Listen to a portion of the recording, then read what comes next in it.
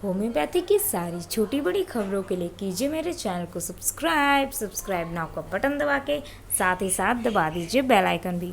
तो चलिए आइए जानते हैं कि आज की न्यूज़ क्या है। तो आप सभी हैं बीटीएससी की वेबसाइट पे और आप सभी जानना चाह रहे थे कि 18 तारीख को ऐसा क्या होने जा रहा है और 18 तारीख के ऊपर मैं एक वीडियो ज़रूर बनाऊं। तो ये वीडियो जो है उसी से रिलेटेड है। 18 तारीख को धरना प्रदर्शन होने जा रहा है बीटीएससी ऑफिस के बाहर। लोकेशन मैंने बता दिया है, आप सभी को पहुंचना है ज़्यादा से ज़्यादा तादाद में। अब बात करते हैं कि कौन पहुंचेगा, क्योंकि बहुत सारे स्टूडेंट ऐसे हैं जो कह रहे होंगे कि भाई जिनकी जॉब है, जिनका काउंसलिंग हुआ है वही पहुंचे। ऐसा नहीं है, आप भी पहुंच सकते हैं, क्योंकि जिनकी काउंसलिंग हुई है वो तो ठीक है, इस बहाली में है ही, लेकिन जिनकी काउंसलिंग नहीं हुई है उनको न्यू वैकेंसी नहीं चाहिए क्या? जिनको न्यू वैकेंसी चाहिए वो भी पहुँचें, उनसे भी अनुरोध है कि वो पहुँचे और उनका बैनर में साफ साफ लिखा होना चाहिए हमें न्यू वैकेंसी चाहिए, इस वैकेंसी को क्लियर किया जाए, न्यू वैकेंसी लाई जाए।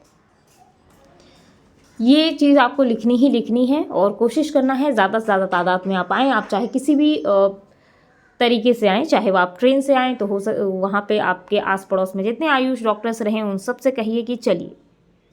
चाहे आप अपना प्राइवेट वाहन से जाएँ, उन्हें भी कहिए आप चलिए, ठीक है। आस पड़ोस में जितने लोग हैं कोशिश कीजिए कि अगर आयुष डॉक्टर हैं तो आप उनके साथ ही जाएं। ज़रूरी है कि ज़्यादा से ज़्यादा भीड़ हो, भीड़ ज़्यादा होगी तो अटेंशन ज़्यादा होगा और अटेंशन अगर ज़्यादा हुआ तो आपकी बात को मान भी जल्दी लिया जाएगा। ये चीज़ें तो क्लियर हो गई। अब इम्पॉर्टेंट बात क्या है कि आप लोग आएंगे कैसे, आपका ड्रेस क्या होना चाहिए। तो जो भी आप अभी ठंडा का समय है तो जितना ज़्यादा आप कपड़े पहन सकते हैं वो पहनिए। साथ ही साथ आप एप्रन लेते हुए आइए और स्टेथो लेते हुए आइए, ताकि उन्हें पता चले ये डॉक्टर्स की यहाँ पे जो है धरना प्रदर्शन है। तीसरी इम्पॉर्टेंट बात, बीटीएससी ऑफिस के बाहर जैसा कि एसोसिएशन के हेड साहब ने सबको कोशिश किया है ये मैसेज पहुंचाने का कि किसी भी तरीके से आप सभी को आना है तो कोशिश कीजिए, आइए। ये ठंड देखने की ज़रूरत नहीं है, ठंड बढ़ती ही जाएगी, लेकिन साथ ही साथ आप ये भी देखिए कि रिज़ल्ट जो है वो आने वाला था, मेरिट लिस्ट बन के तैयार है, फिर क्यों किस बात की देरी हो रही है? इस चीज़ को आप मतलब जानबूझ के देरी की जा रही है, आप इस बात को समझिए और जितनी ज़्यादा तादाद में आप आएंगे उतना ही बढ़िया होगा।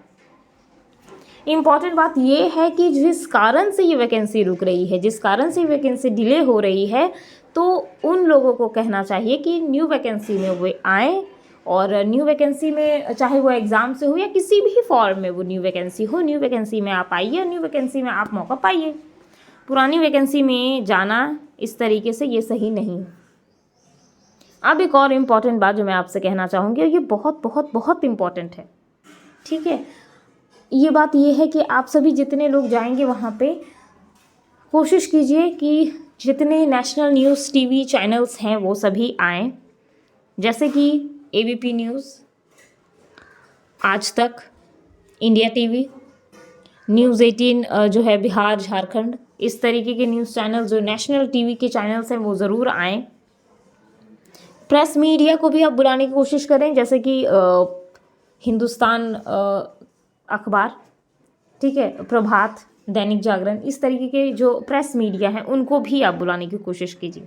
और जितना ज़्यादा आपकी मीडिया आपको अटेंशन देगी उतना ही अटेंशन आपका जो सरकार है, आपकी जो राज्य है वो भी आपको उतना ही अटेंशन देगा। और एक और इम्पॉर्टेंट बात है, आप जितनी ज़्यादा तादाद में वहाँ पहुँचेंगे, सरकार को ये लगेगा कि इतनी ज़्यादा संख्या में अगर ये आए हैं तो आप समझ ही सकते हैं कि वोट सिर्फ टीचर्स नहीं करते, वोट आप भी करते हैं, वोट आपका परिवार भी करता है।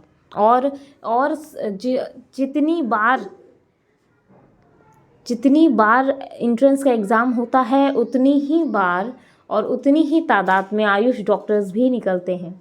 तो जब वैकेंसी टीचर्स की आ सकती है और आप जानते हैं स्वास्थ्य व्यवस्था का क्या हाल है बिहार में, ऐसे में बहुत ज़रूरी है कि आयुष डॉक्टरों का भी उतना ही सहयोग, उतना ही इम्पोर्टेंस दिया जाना चाहिए। जैसा कि आयुष डॉक्टर, जैसे आप सभी बैनर्स में लिखेंगे तो ये भी लिखिए कोरोना में हमने कितना बढ़िया काम किया, सब ने हमें सराहा, यहाँ तक कि प्रधानमंत्री ने भी, सब ने वाहवाही की।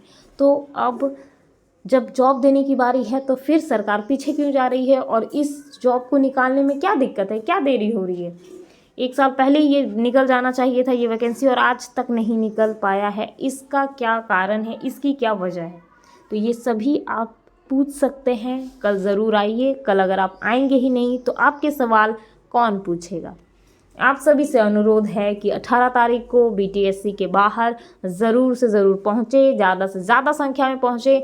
जितने भी लोग मेरे इस वीडियो को देख रहे हों, मैं यही कहना चाहूँगी कि इस वीडियो को आप ज़्यादा से ज़्यादा शेयर कीजिए। एक और बात जो इम्पॉर्टेंट है, मैं आखिर में आप सबसे कहना चाहूँगी कि आप सभी इस चीज़ पे डिबेट बिल्कुल भी ना करें, ना वहाँ प्रेस मीडिया के सामने, ना एक दूसरे से कि एग्ज़ाम होना चाहिए था, एग्ज़ाम होता तो जल्दी हो जाता।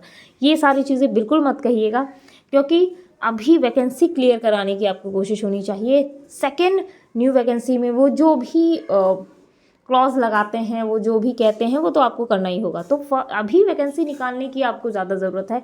ये कहना बिल्कुल भी सही नहीं होगा कि आप एग्ज़ाम दीजिए। आप इंजीनियर्स का हाल देख चुके हैं कि एग्ज़ाम लो के चक्कर में अब तक एग्ज़ाम नहीं हो पाया है और क्या कंडीशन है उनकी, वो आप अच्छे से जानते हैं। तो आप सबसे अनुरोध है कि इस तरीके की बातें नहीं कीजिएगा, सिर्फ एक ही मुद्दा उठाइएगा ताकि आपके मुद्दे को तवज्जो मिले कि इस बहाली को क्लियर किया जाए। All the best. मिलते हैं अगले वीडियो में। नीचे कमेंट सेक्शन में ज़रूर लिखिए कि आपको ये वीडियो कैसा लगा। साथ ही साथ अगर आपकी कोई भी क्वेरी हो तो उससे भी बताएं। इसे शेयर कीजिए ताकि ज़्यादा से ज़्यादा लोग जुड़ें इस मुहिम से और 18 तारीख को वहाँ पहुँचें। All the best. मिलते हैं अगले वीडियो में।